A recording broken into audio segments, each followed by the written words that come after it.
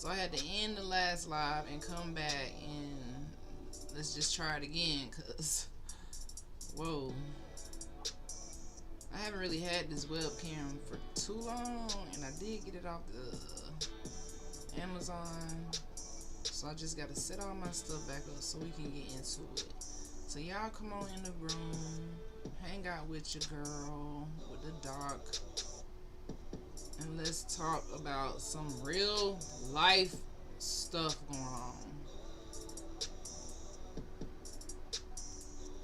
Alright, we back up TikTok. Done.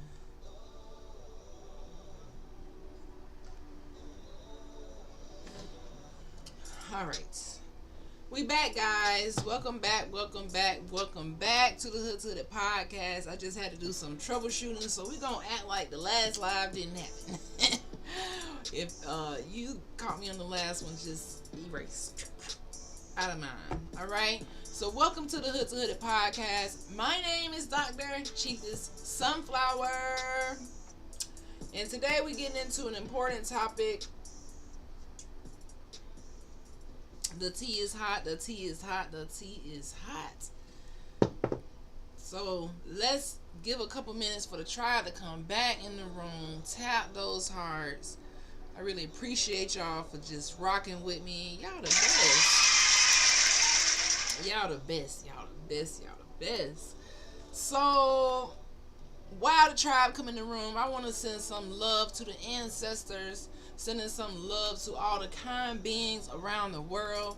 OCO to the Niji. Sending love to the tribe. I send you all positive energy right now on this beautiful, beautiful day.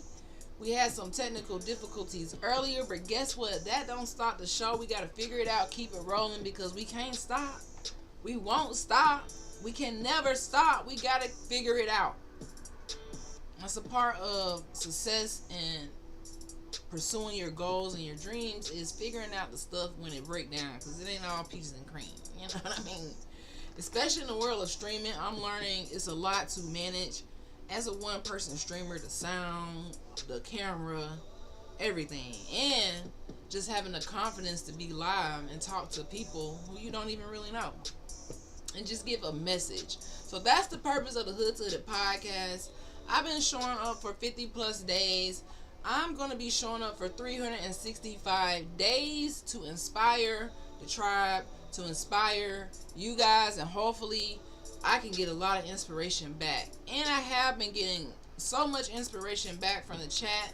I learn different things, so I love it when you engage and just talk about real life subjects. Not these things that's going to keep us asleep, keep us stuck in a phase where we can't truly elevate past being truly brainwashed.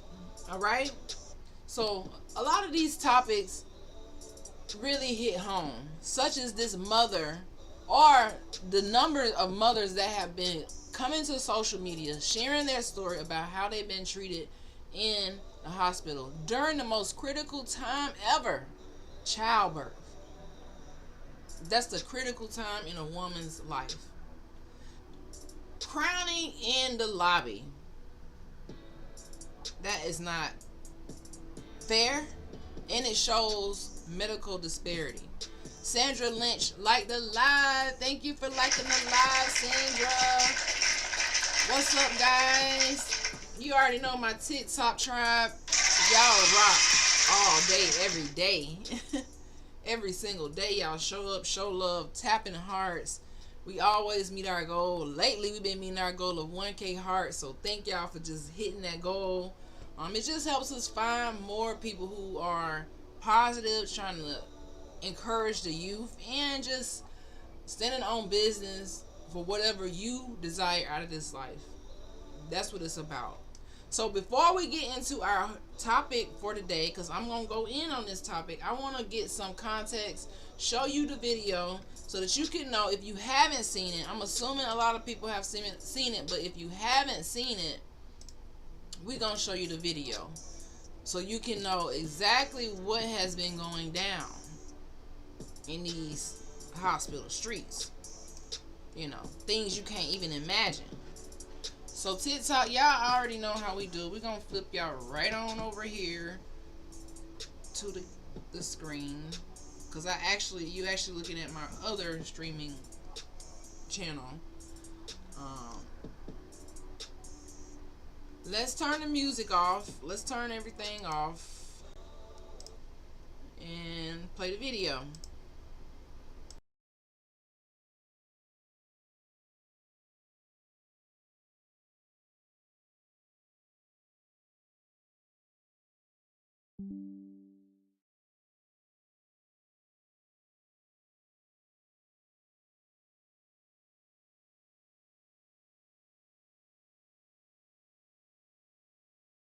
Here it is. Yes, about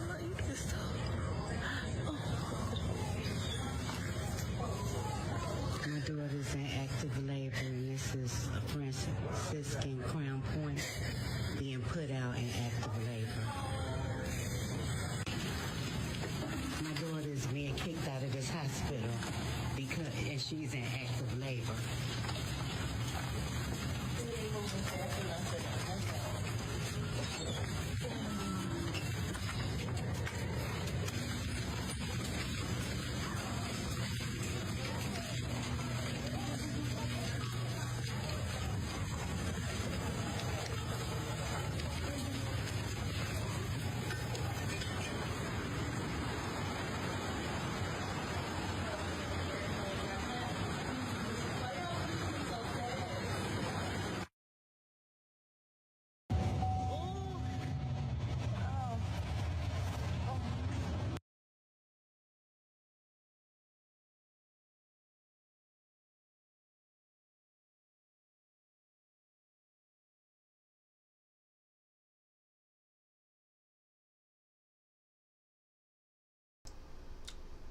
Well, well, well. Mm, mm, mm. When does this racist energy die? When does it die? Imagine being in full-blown labor, baby heads dropping, and the nurses arguing with you about paperwork or even kicking you out of the hospital. What's up, Lala? That's so sad. It's absolutely disturbing. It's horrific. It's sad. It's despicable. It's everything you can think of. But that's what's going on over here on Turtle Island in America. Okay? OCO to everyone who just joining us this morning. We're talking about medical racism, and people don't like to talk about these topics about racism and history, because I go back into history and uncover how we got to where we are now, and this is why, because it's still being perpetuated in America right now. Somebody is being colonized in the brain. Somebody is being discriminated against in the hospital. Somebody is being discriminated against at work. Some little kid is feeling down because they think that they from Africa and they think that they was a slave. You know, somebody don't know who they real ancestors are because they've been believing the school books. So many people haven't even thought about going to do their ancestry. I'm not talking about your DNA test. I'm talking about doing your ancestry and finding your ancestors' records, because we've been brainwashed to accept something like this. Oh, we're going to get into why it's like this. Oh, just hold on. Today we're talking about history repeating itself on Niji women, Ameri Indian women, copper tone melanated women in the hospital, in the delivery room, and in the waiting room. They changed the dress codes from, enslaving our mind physically, spiritually, mentally. Now it's in scrubs. The disrespect, the disbelief, it still has the same spirit. It just has on scrubs now. Now that's dangerous when you got your life in the hands of somebody who don't care about your life. You putting your life and your energy into the hands of somebody who might not even care about the life of your unborn child. So there were recent viral cases of these black, aka Niji women in Texas being ignored in Texas. Real numbers, we're going to go over the real numbers on maternal death, baby death, and healthcare disparities this morning. Oh, yeah, we got to touch on it. We'll talk about the gatekeeping in medicine and who stopped us melanated people from becoming doctors, dentists, and who opened the doors and how few doors we still have to this very day right here. Lala said, wow. I know, Lala, is very, very shocking. It's very, very shocking. When you hear these numbers later on during the live, you'll be like, well, dang, that's why.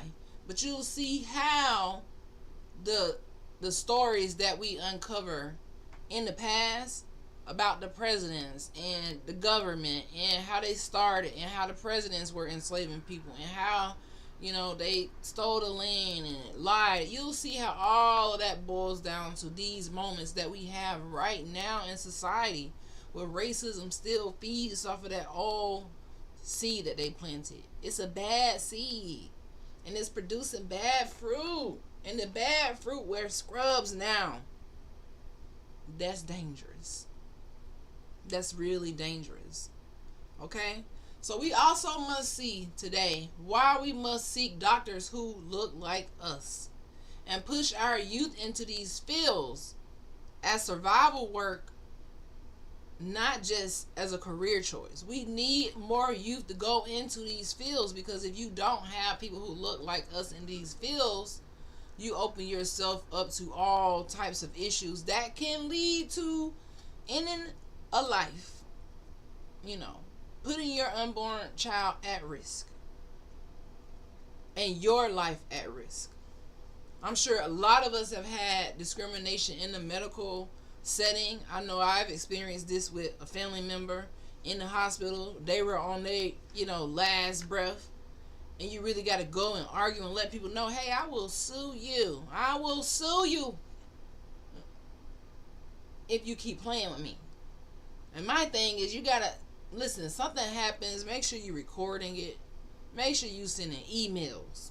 Because, see, when the emails go to the head of the hospital, that's documentation. Hey, I'm being neglected. This nurse ain't doing this. Hey, what's your name? You got to be your own advocate, your own lawyer in these settings, and let people know you ain't playing with them. If you going to have this scrubs on and say you here to do no harm, because in the medical field, people don't know that we have to take an oath to do no harm. And every video we see these people doing harm because they're neglecting them at the most crucial time in the pregnancy. That's the delivery. We have to make this make some type of sense. Drop a comment in the chat if you ever known someone, or if you had a loved one who has been dismissed at a hospital when they needed to be there the most. Now the video that I showed earlier from the lady in Texas, she gave birth 12 minutes later. 12 minutes later. That was in Mesquite, Texas. Alright. And in the one we just saw, she gave birth in the car after waiting and being discriminated against. Okay? And it's sad. This is why we get things in 4K now. And they still gaslight it and act like, oh, y'all just overreacting. But no, this is what history repeating itself looks like. This isn't just a one-off incident. It keeps showing the pattern. So when you going through these things, put it on 4K. Yeah, put it on 4K because somebody need to be fired. Have you ever had a nurse or a doctor just dismiss your pain? Like, oh, you're really not experiencing what you're experiencing? It happens a lot more when you look like me. So let's get into the receipts, family. Let's get into the receipts about black. We say black, but we know that that's American Indian. I'm just saying that so y'all understand, because a lot of people haven't transitioned and figured out who they are, so they still using the terms. Thank you for following Kiviuko1 on on Twitch. And also thank you for following, I don't know the name, on Kick. So let's get into the stats. Alright. In the U.S., Melanated women are 3 times more likely to die from pregnancy than a white woman. 3 times more likely. So it seems like everything that has to do with harm and death is always going to impact us more. We already know that black men, melanated men, Niji men, are 10 times more likely to be arrested, harassed by the cops. So every subject that we talk about, it always seems like we're going to get the short end of the stick. This is why we must stand up for ourselves. This is why this is titled, we need more doctors who look like us, because otherwise we not safe. You might not be safe. I'm not saying it's all doctors, but it's a lot. And how do you distinguish who's truly for you? Because in this hospital, the doctors have to take control. Hey, you dismissing my patients without me even knowing? Where are they getting the authority to do such things? To say, oh no, determine who need to go and who need to stay. That ain't ever up to the staff. I'm real confused by that. I wish someone would come in and say, hey man, I don't think you have a toothache. You don't need to see Dr. Sean. Get on out of here. Listen, you fired. Because how do you know that? Did you take an x-ray? Did you examine the patient? How do you know that? They clearly showing that they're in labor. Crying, excruciating pain. Oh, y'all like that. Oh, get him out of here. It's sad, man. It is sad. So, in the U.S., melanated women 3 times more likely to die from pregnancy than white women. In 2023, the maternal mortality rate for melanated women, Niji women, was about 50.3 deaths per 100,000 births, compared to 14.5 for white women. That's 3.5 times higher, even as overall maternal deaths drop. So what does that mean? The overall deaths when you look like me is 3.5 times more likely. You have to know that's due to getting less care, getting less quality of care on purpose, intentionally. Intentionally now. Between 2018 to 2022, black women, Niji women, I hate to have to do that, like classify it. I just need to say Niji women in. You just got to know what I'm talking about. Had the highest maternal mortality rate of any group and saw the biggest increase during the pandemic. 2018 to 2022, they had the highest rate of maternal death. This is women dying during pregnancy. Okay? Read that number out loud. 50. That's not just a statistic. That's someone's daughter. That's aunties. That's best friends. That's someone's wife, sister, cousin. Niji women out here dying, trying to give life. And the system has the nerve to act confused, and we see exactly what's going on behind the scenes. I'm so happy that these mothers or their families were able to pull out that 4K and get it on 4K. Because back in the day, you didn't have 4K. Back in the day, you didn't have all of this. You didn't have it. So to see it in black and white, to see it on the camera, it just really shows people that racism has not died. It just lives silently. And it wears white coats sometimes. And it wears scrubs sometimes. And it is in the medical field a lot of the time.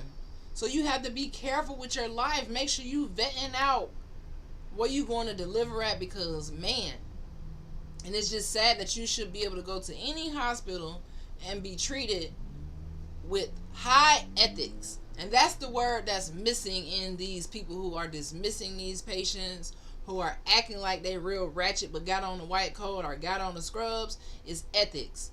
They know about ethics. They know what's unethical. They know what's ethical.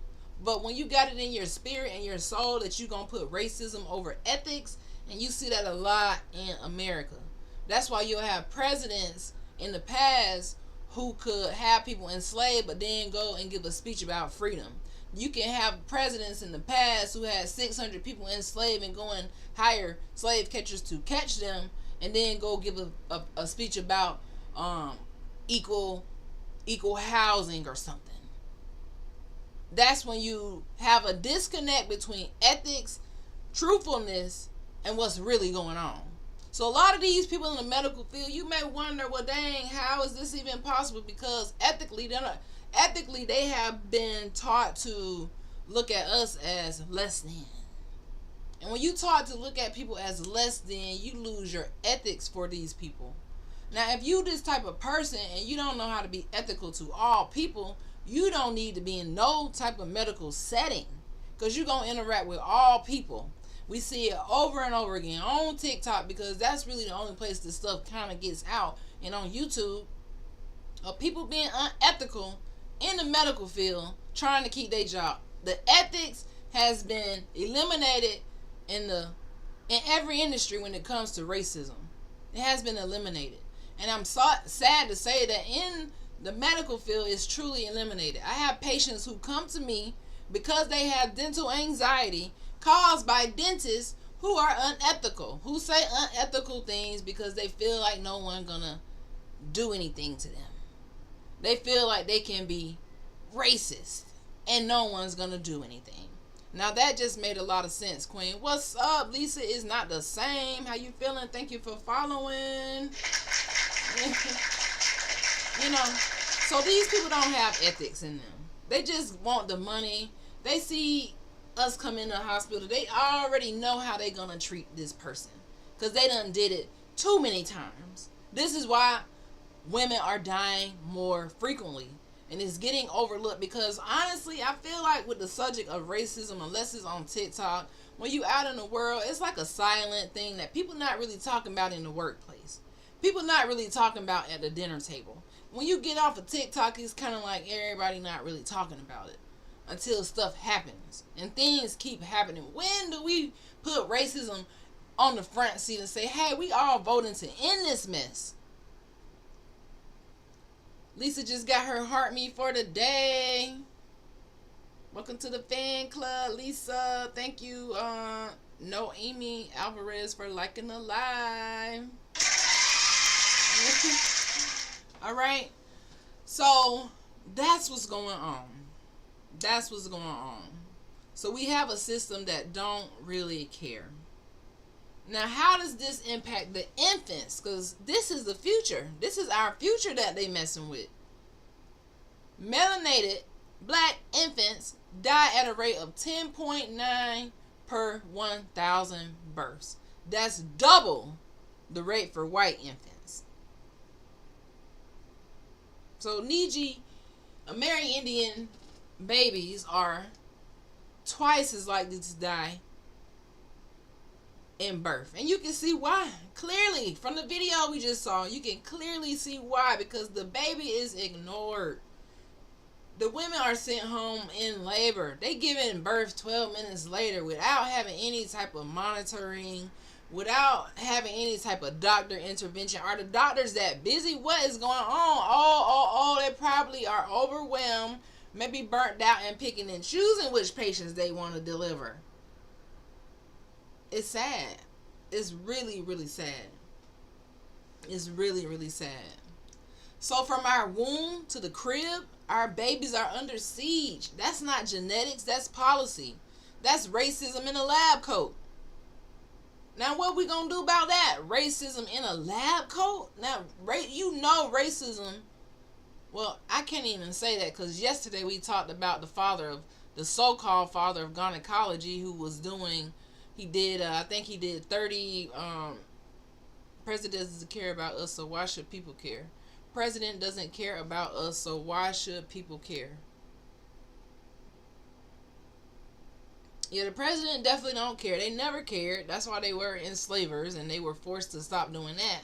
So that can tell you they never cared since 1789, since George Washington was the first president and an enslaver, and impregnating his enslaved people. They don't care. None of them don't care. We just had to stop that. We had to say, hey, you're not going to keep doing us like that. And we have to keep having this type of energy to say, hey, you're not going to keep treating us like this.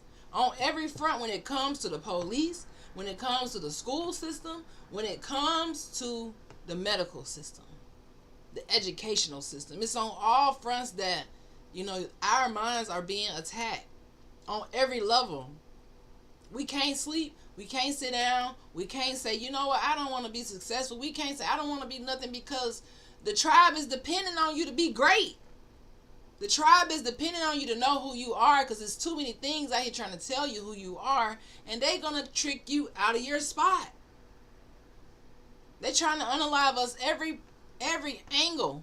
Even at the hospital. It's sad. It is really sad. I can't imagine going to a place where you think you in labor, you done got your labor bag, this is the moment, and you get here and it's like, what?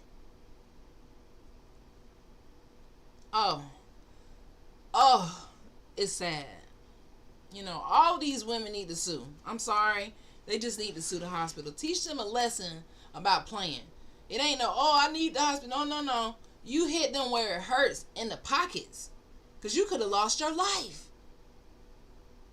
You do this so that they don't treat the next person like this, because they already did this to so many people before you.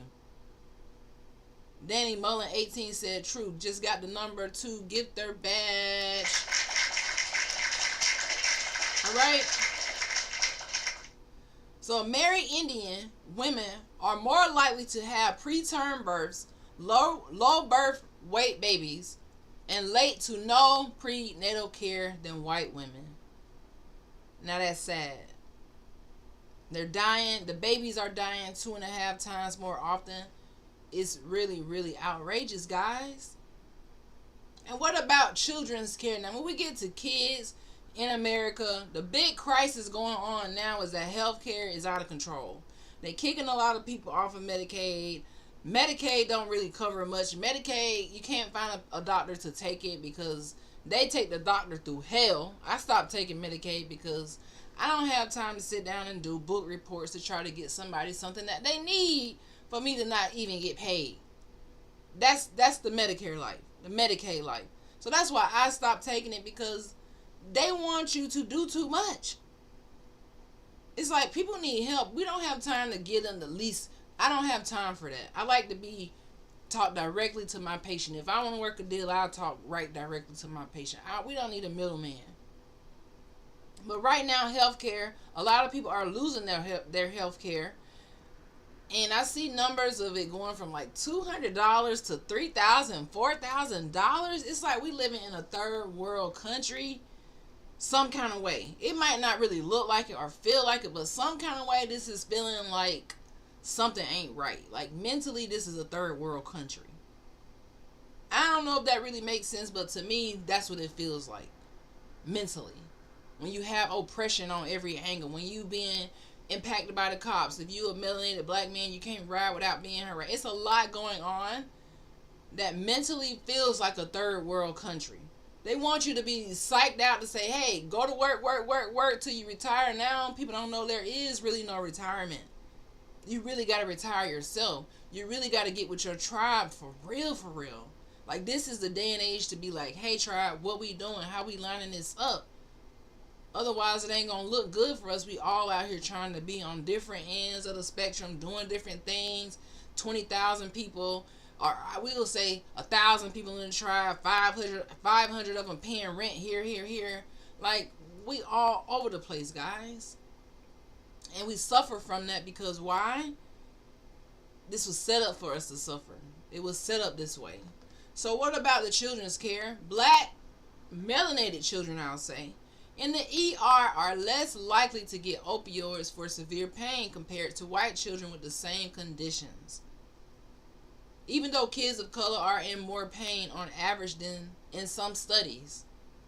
So even kids who are in pain get less pain medicine. It don't just impact the adults. This is happening to children as well.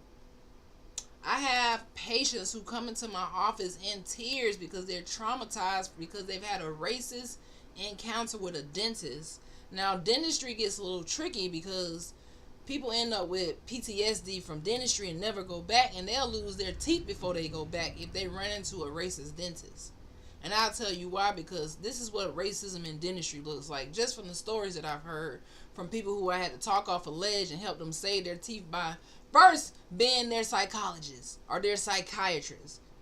First having to get them mentally together before they even sit in my chair because they've been so fucked up by somebody who didn't care. So I'm not talking just off of like, oh, la la la. I'm talking about real life people who really have trauma from these experiences. So the patient we'll say a fictitious patient, but I'm telling you about real life stories, but just putting it in fictitious mode so you can understand.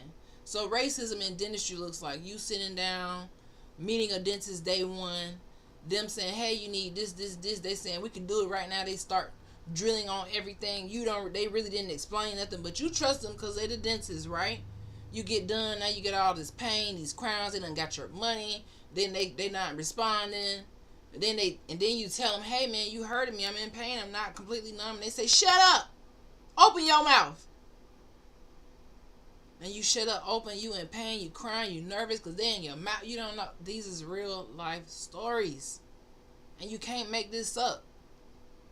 I worked with a dentist who was so rude that I had to quit working with him. I would hear him next door, open wide. But he knew that he was taking Medicaid, so he treat these people so bad. To make people in tears. So I know what it looks like on the medical end. It's all over. And this is why we have to stop it. This is why we need more kids to go into these fields. Because if you don't, we're doomed, guys. So when a melanated Niji mother says, I'm in pain, you know what the system hears? They hear, oh, she's exaggerating. She's not really in pain. When her child is screaming in the ER, they hear, oh, this child is dramatic. This is just bad manners. That's what they think. This is a form of deadly medicine that we talking about. Now, I need y'all to put in the chat, on a scale of 1 to 10, how much do you trust hospitals to save our lives? I'm talking to my Niji out here. To the melanated, Capricorn, autochthonous, indigenous, Amerindians. Melanin indigenous. On a scale of 1 to 10, just think about it. How much do you trust the hospital? I know I used to trust the hospital and doctors until I was in dental school and had a medical scare where I could have lost my life. But this wasn't at the hands of a white doctor. Lala said 0. This was at the hands of a doctor who looked like me. They wanted to give me a shot. They coerced me into taking this shot. The shot cost $3,000. It's called Lupron. It was a chemo shot, and I didn't know that. And I had a chemo shot my last semester in dental school that really almost killed me. Had me in the ER, passing out, all kind of stuff. I almost didn't even make it to be a doctor. And the story goes on further than that, but I'm just telling you, you have to really trust your healthcare provider. And sometimes it ain't even all about color. Sometimes it ain't.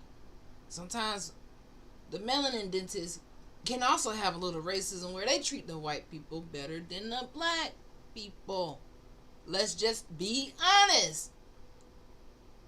Now me, I like to treat all my patients the same. I don't care what color you are. When you come getting teeth done, I'm going to do the same procedure on everybody. I don't care what race you are. But the thing that I don't like is racism, period. That's why I focus on it. That's why I talk about it, because I don't like it. I see it. I hear it.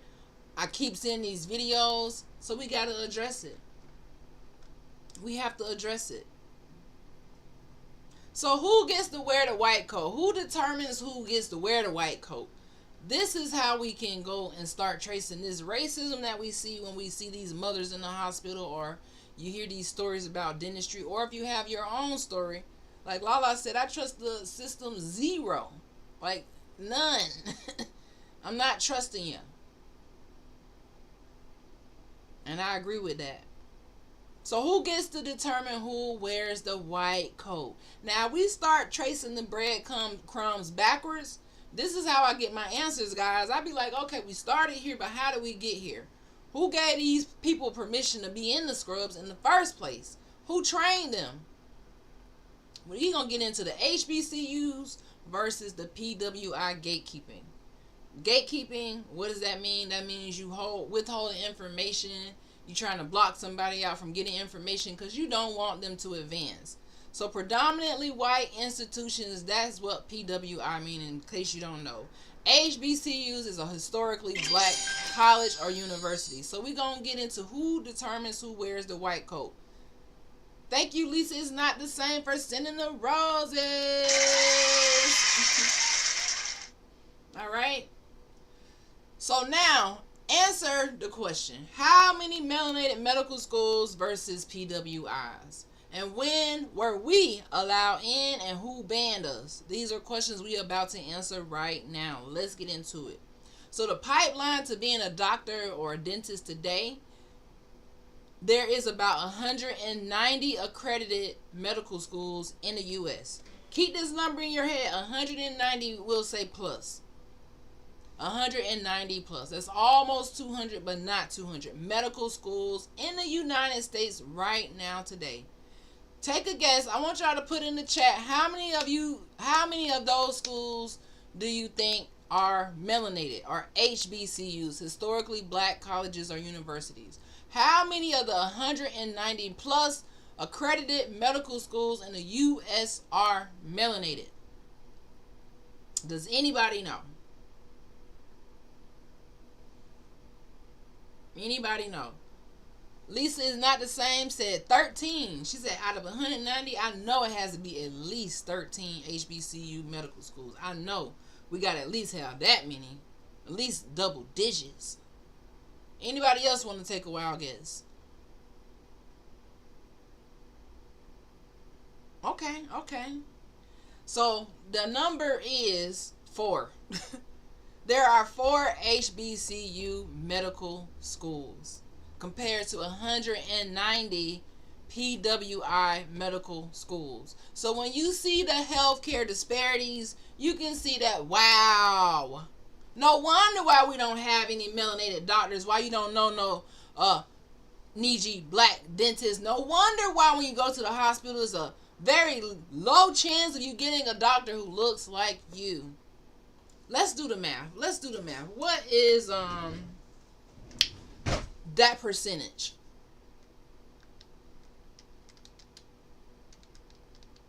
So 2%, let's get the numbers right. 2.1% of medical schools in the U.S. are HBCU medical schools. Only 2%, y'all. 2%. So when you see racism going from back then, this is what I mean, that it stems from back then to now. Lala said that's sad. It's so sad. It don't make no kind of sense. Those 4 schools are Howard, Meharry, which I graduated from. Shout out to Meharry May, baby. Morehouse and Charles R. Drew. And 2 more are being built at Morgan State and Xavier. And that's it. And I'm sure they was fighting, trying not to get those built. Okay? That's sad. Now, those 4 schools that I just mentioned, Howard, Meharry, Morehouse, and Charles R. Drew, produce around half of this country's black doctors. Half of them. So if you ran into one, it's 50% chance they went and they were educated at an HBCU medical school. Even though they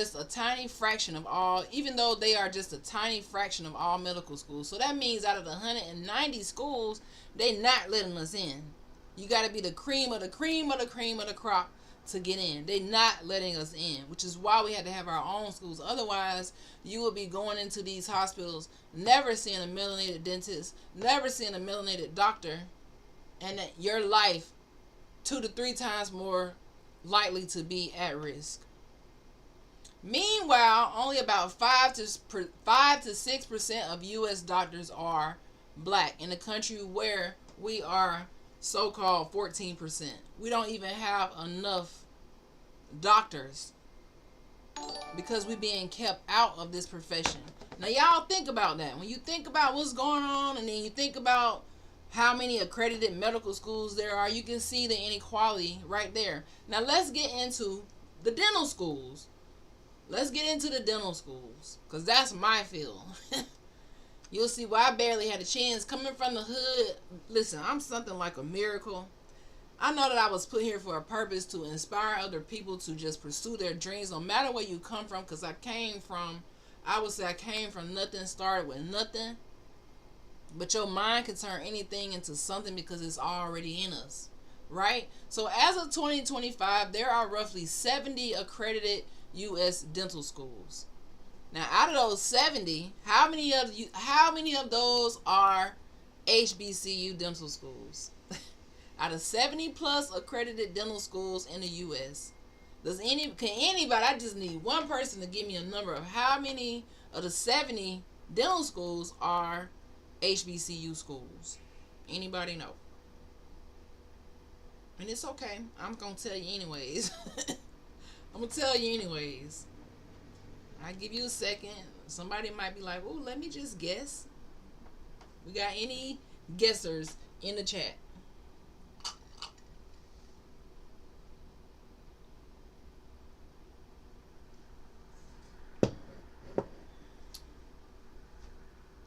Okay, nobody didn't guess. So I tell you, out of the 70 plus accredited dental schools, there are only 2 HBCU dental schools. That's Howard and Meharry. And I went to Meharry.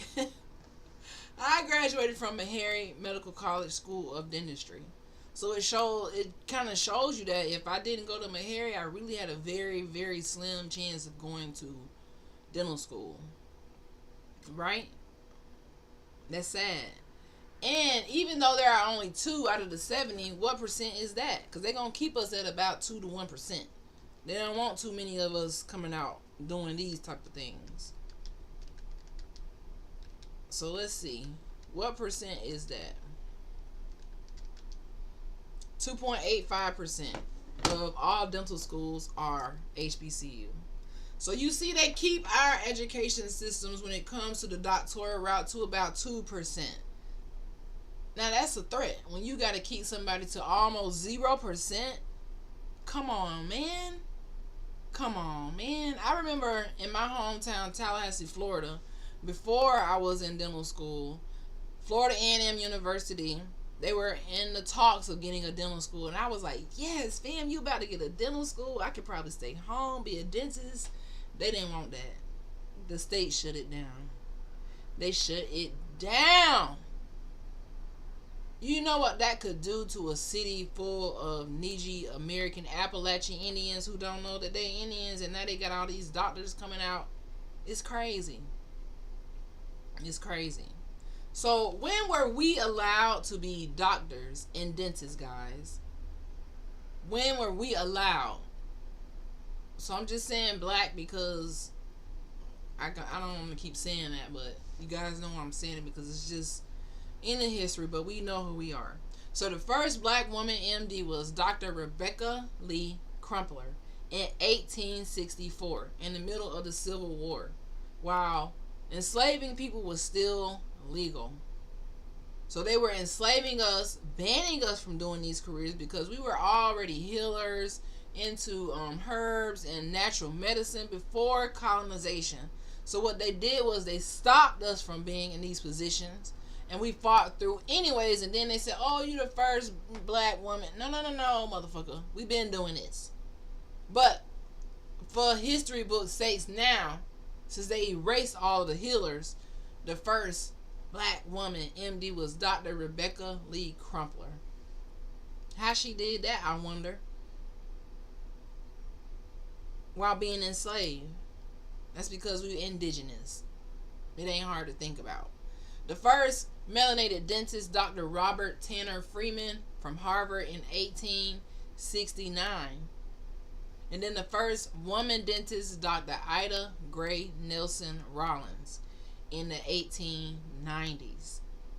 The first black woman dentist, 1890. All right. But here's the catch.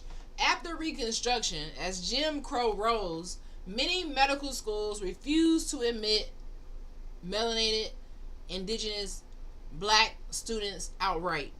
In 1945, not that long ago, less than 100 years ago, 26 of the 78 accredited medical schools were completely closed to melanated students. 26 of them said, nope, we only take in white kids.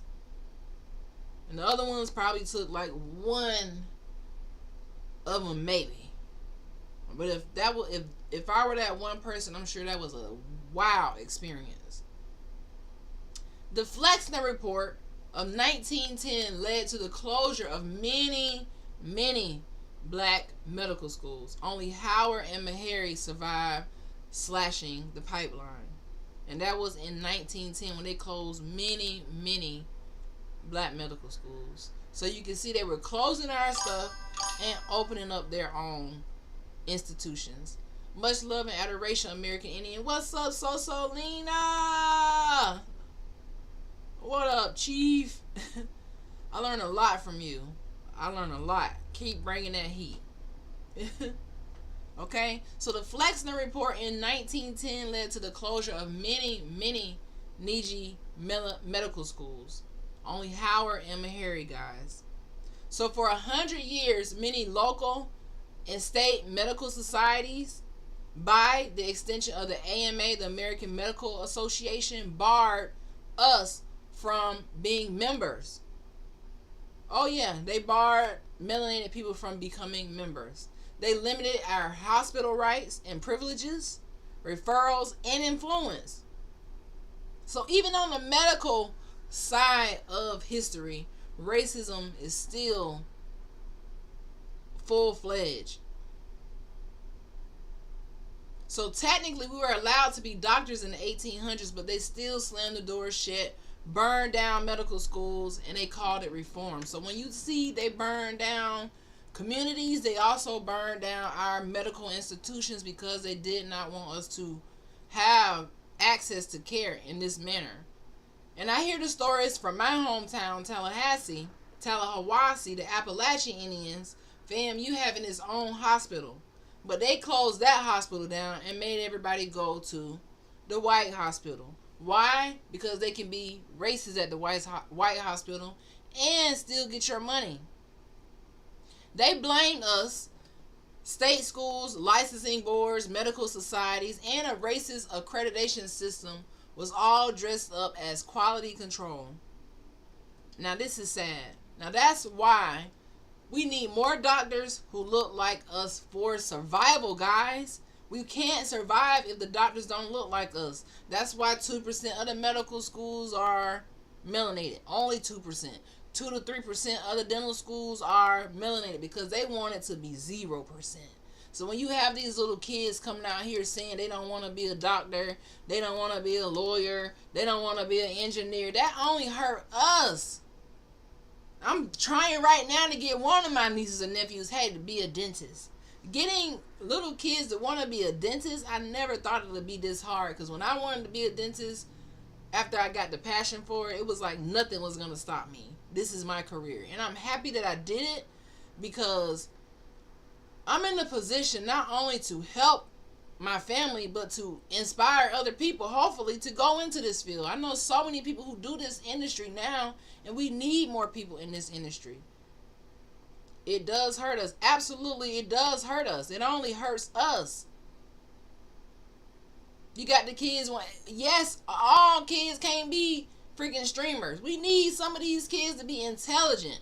We need some of these kids to say, you know what, I want to be the dentist, the doctor, the lawyer, the entrepreneur, but we need kids in the medical field. I know it's a long, hard route, but if I can do it, and I'm from the hood, and I didn't have my mama or my daddy to guide me through this at all, went through custody battles, all of these different things, and moving every year, going to a new school every year, working in high school, working in college, 2 to 3 jobs sometimes, bad relationships. If I can do it, anybody can do it.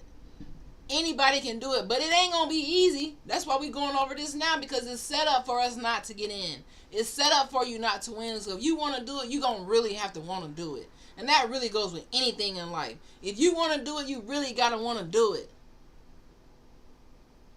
So when we see little kids who want to go into this field, you really got to push them. You got a little kid who want to be a doctor or a surgeon or something, you got to really feed that to them. Like, have them go and shadow the doctors. Have them get into the community. Don't be scared. Don't wait until they dream die down. And now they don't have the energy because they done got distracted by something. Now the smart kids don't want to do it because there's other stuff you can do.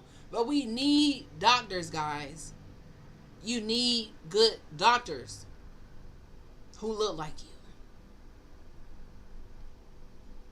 All right? We need to seek providers who look like us. We need more people who look like us to be doctors, dentists, midwives, nurses, therapists, every part of the system.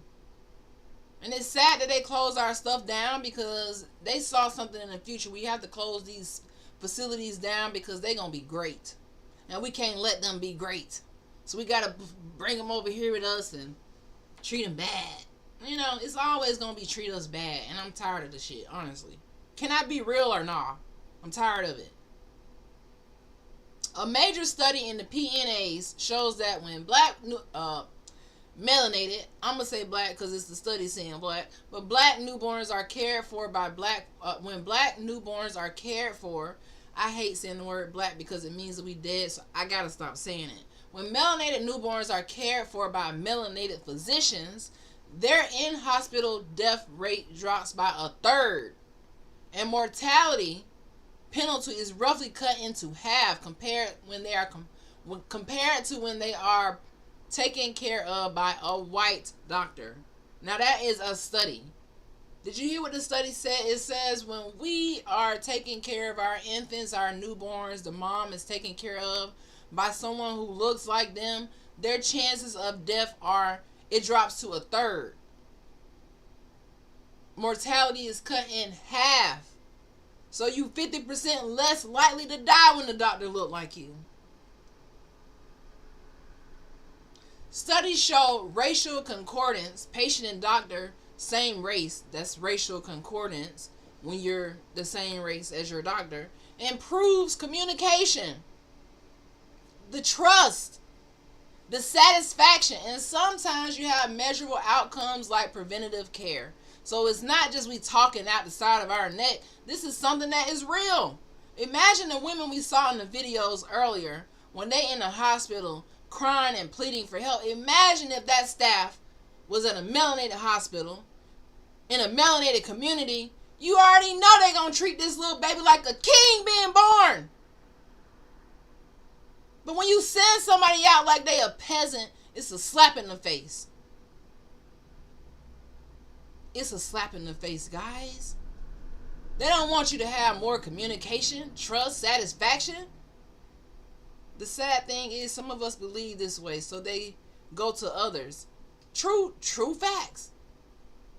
That is true facts. Some of us believe this way. They do go to others, and you have the choice to make your own decision. Like I said, even doctors who look like us, some of us ain't even good. I heard stories about some of us not being good. I'm sorry. So really, you got to go with the doctor that your spirit truly trusts. But 9 times out of 10, that's going to be someone who looks like you. But it might not always be that way. There are some really good doctors who, just like me, they just want to be a good doctor. They didn't let go of their ethics because they was taught racism or they know about racism. They still a great doctor. You going to know these doctors because you're going to feel it in your spirit.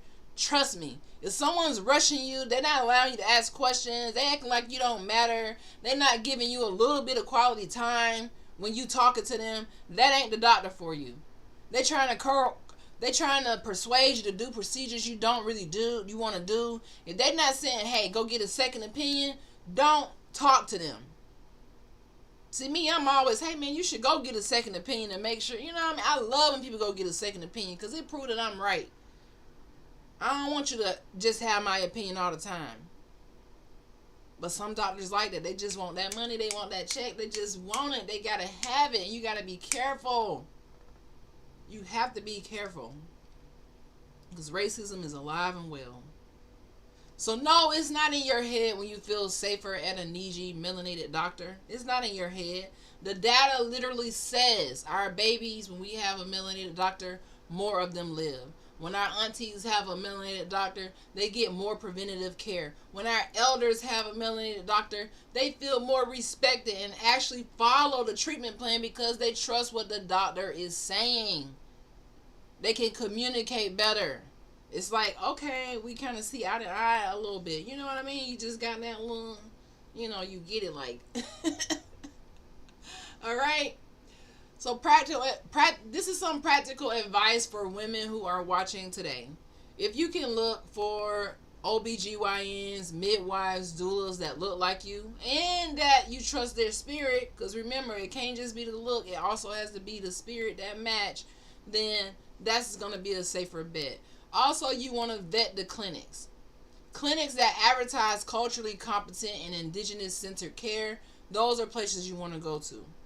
They might have melanated people in the ads or staff who look like you. Then these are the places that you may feel safer at. I'm not saying all of them.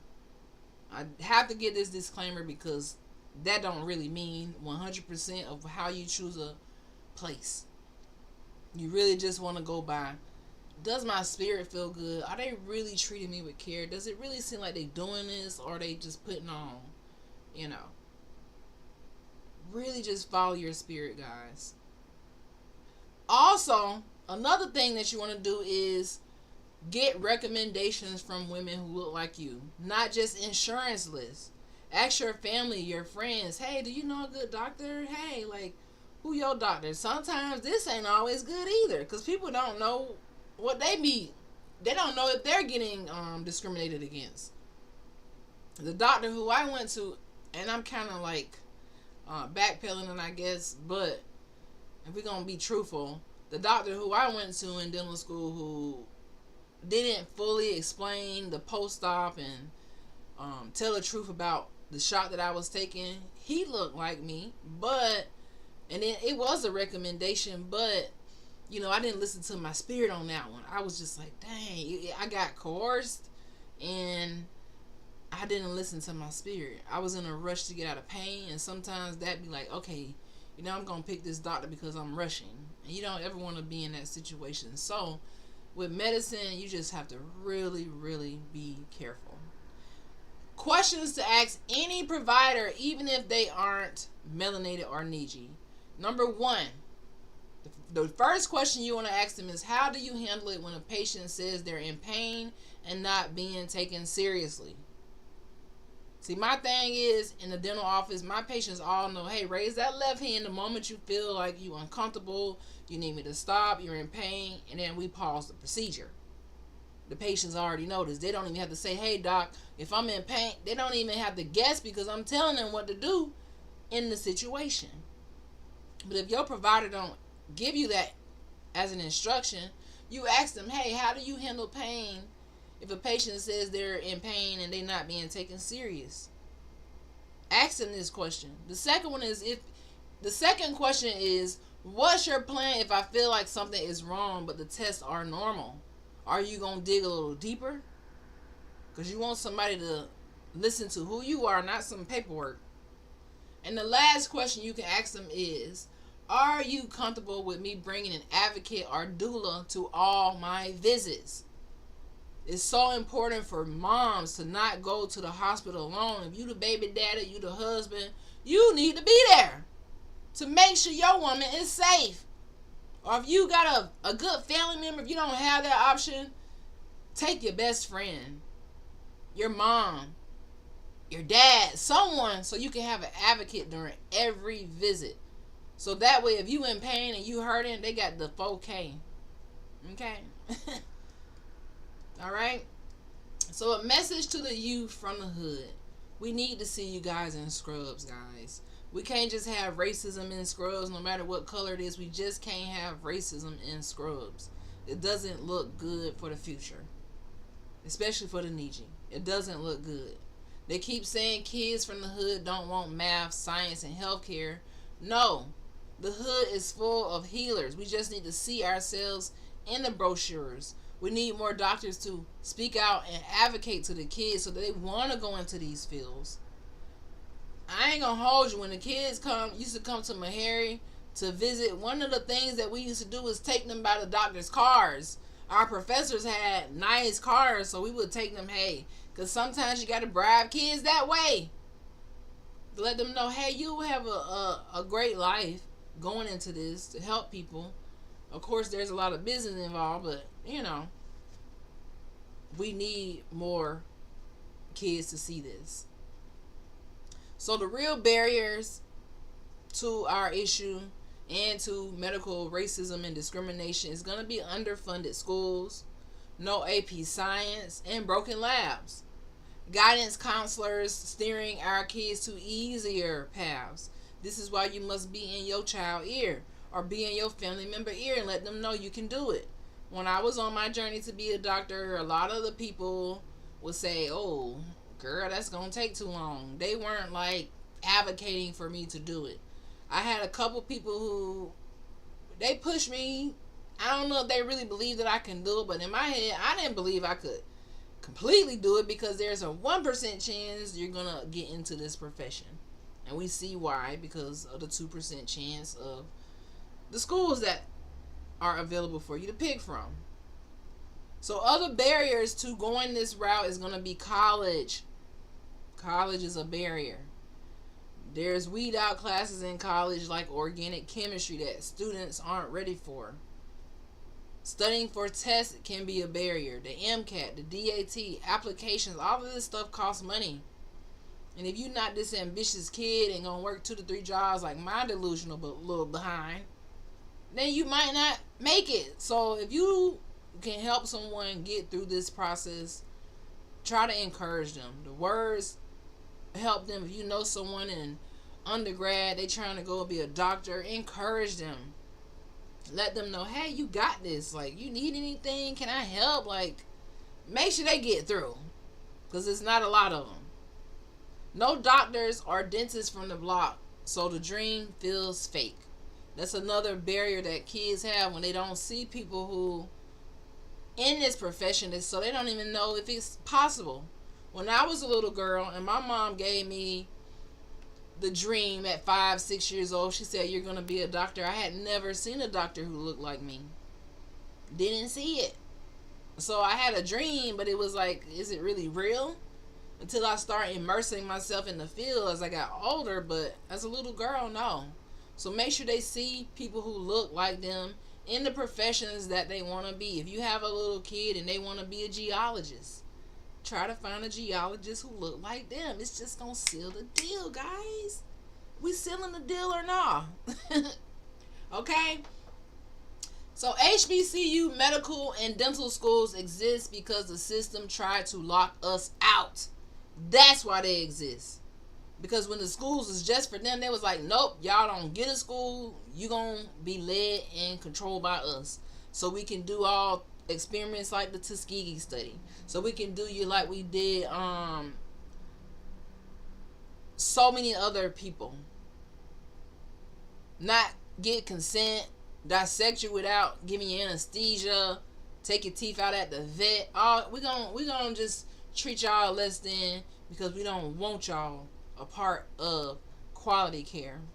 So we need Niji, American Indian, Ameri Indian, Autochthonous Coppertone, Niji to be OBGYNs, pediatricians, dentists, hygienists, nurses, midwives, mental health therapists, health policy experts, and hospital administrators. So it's so many opportunities in this field.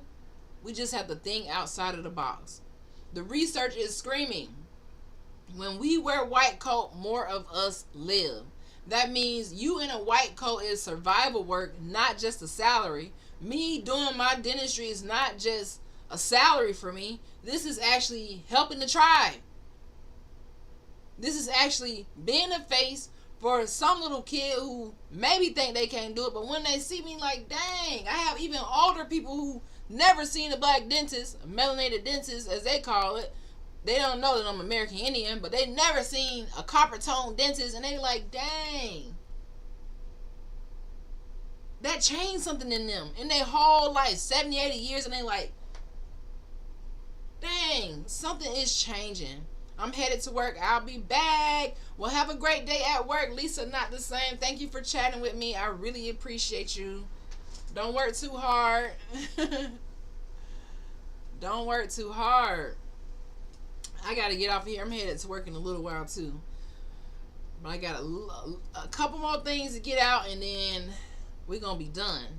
All right? So, a quick roadmap that the youth can have. Number 1 is to survive school. You got to pass math, biology, chemistry as best you can, and ask for help when you need it. Number 2 is to shadow. Go to the local dentist, the clinics, the mobile clinics, school-based healthcare centers so you can shadow in the career. Number 3 is start community college if needed. You can then transfer to the university, but don't let nobody shame you into doing it another way. If you got to start the community college, do it. Okay? Another thing is HBCUs and scholarships are your friend. Howard, Meharry, Morehouse, Drew, and others have pipeline programs specifically for us. I want to send love to Meharry because without Meharry Medical College, I don't know if I could have got in coming from where I came from, going from hood to hooded. And the last thing is to remember your why. All right? You can say, I'm doing this for all the melanated Niji mothers so they're not left in the lobby screaming like the videos that we keep seeing come out every other day. I'm doing this so the babies in my zip code can survive. I'm doing this so the elderly can come to the dentist and feel like they are heard. I'm doing this so the young kids can come to the dentist and feel like they're not going to be tortured and worked on while having pain. What is your why? Why will you either step into one of these careers, encourage a young person to do these careers, or why will you be a voice for people who are impacted by medical racism? All right? History is repeating itself, but we do not have to repeat our silence. Niji women, your pain is real. Your intuition is real. You deserve care that believes you the first time, not the second time. So to my doctors, to my future doctors, to my future dentists, to my future nurses, future midwives, if you're watching this from the hood, every time they told you that you're too loud, you're too extra, you doing too much, they are trying to shrink you to the exact fire. They are trying to shrink you when you actually need that fire. In the hospitals right now, we need that loudness. We need you to be extra. We need you to be on the scenes with racism trying to control the room. We need your science. We need your empathy. We need your hood wisdom in white coats, because that's all you see with me, the hood wisdom in a white coat. And people might not think I'm all that hood, but it's a part of me that I don't let go, but it's a part of me I keep with me because I never forget where I come from. It's what made me who I am, and it is a part of who I am, coming from poverty. So we're not begging the system to love us. No. We are building our own healers, one dreamer at a time. All right? One dreamer at a time. So we need more dreamers in white coats. And that's the message for the day, guys. So if this hit your spirit, make sure you share this stream with someone who may be a mother, a kid who might be from the hood, so we can get more doctors on the block. Make sure you follow and support the Hood to Hooded podcast. I'm Dr. Sean, the motivational dentist, Dr. Chief the Sunflower, and this is so much bigger than content. This is survival education. All right? So I love y'all. Thank y'all for tuning in. Thank you, Lala. Thank you, Lisa Not the Same. Thank you, everybody who has tuned in today. Make sure you guys grab your daily heart me, this orange heart here at the top before I end. And yeah, let's have a good day.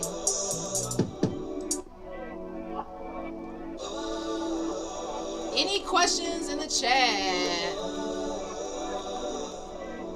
No, thank you, Lala.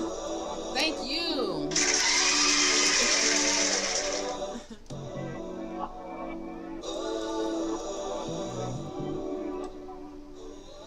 So tomorrow, I'm going to try my best to get back on to financial literacy, maybe, but I've been in this wavelength of like history, and news keep coming out, and I feel like I have to address it. Oh, before I get off of here, you know what? We are going to talk about financial literacy tomorrow. But before I get off of here, last night, I went to the movies and I saw Sarah's Oil. If you have not seen Sarah's Oil, go support the movie. It's a very good movie. It's inspiring. I think all the young kids need to see it. It's not really being pushed out there because it kind of tells our story about the Creek Indian, the freedmen, all of that. Sierra Wilson and her husband Russell Wilson were the executive producers of the movie. It was a very good movie, not promoted highly at all. We went to the movies last night. We was the only people in the movie, so it was like we had a private screening. And I didn't mind that, but I want more people to go check out the movie. I will be doing a review of that movie tomorrow. I think it has a lot to do with financial literacy in that movie for her to be so young. So go check it out. The best day to go is on a matinee day, so the prices is half. But yeah, go check that out. And I think that's it, guys. Aish just got the number 2 gift card badge. Hey Aish. I don't know if I'm saying your name right. But yeah, go see Sarah Rector. We're going to talk about her. I don't know, tomorrow or the next day, but we're going to talk about Sarah Rector because she was the truth. She was the truth. That movie was super, super inspiring. And I didn't even know what I was getting myself into by going to watch the movie, but I was hella happy that I took the time out after work to go and check it out. So, just putting that bug in your ear, and I think that's all that I have to tell you guys. Chat, I think that's it. Alright. Lala said, okay. Alright, guys. I'm out of here. This is Dr. Chief, this Sunflower with the Hood to the Podcast. I will see you guys tomorrow. Bye.